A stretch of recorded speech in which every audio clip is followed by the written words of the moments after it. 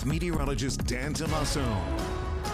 All right, Dan, this rain pattern that we've been in, I'm ready for it to be over. I'm sick of it. James, we started this last Monday, when we were talking about how long it was going to be. Did you imagine we'd still be here a week later talking about it? I sure didn't want to think that.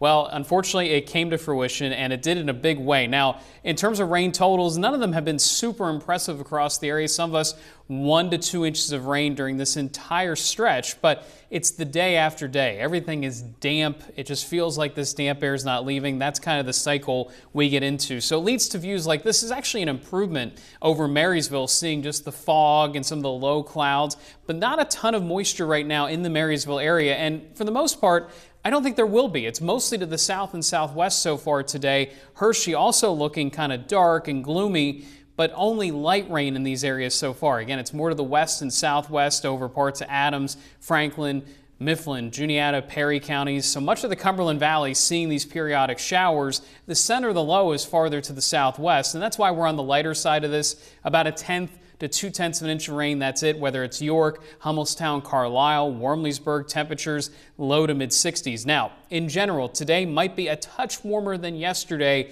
but it's still the same type of weather. At times it'll be dry outside in terms of rain falling from the sky. Other points of the day, you'll see the mist, the drizzle, the light shower activity. So just be aware of that as you head out. Also be aware of some of the valley locations that are likely seeing prolonged periods of fog even into the afternoon and then later this evening for the commute. So the hourly forecast calling for these light periodic showers to continue, especially southwest of Harrisburg.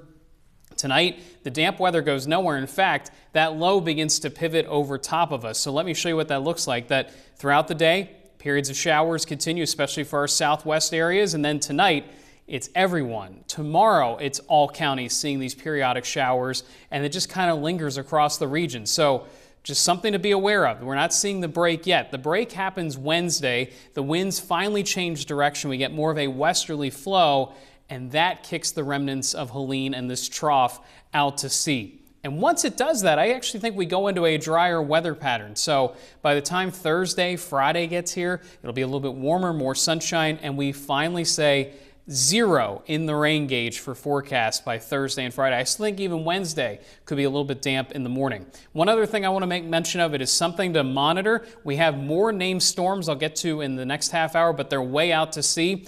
The system that's not named that could still organize is over parts of the southern Caribbean.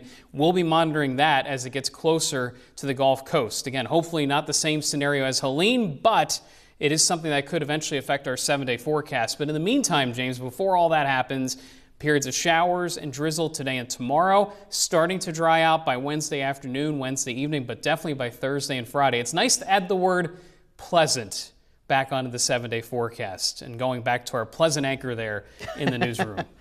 I don't know how pleasant I am right now, but give it a couple of days. You'll cheer up. I think all of us need that vitamin D back in our lives. You are so right, my friend. All right, Dan, thank you very much. Coming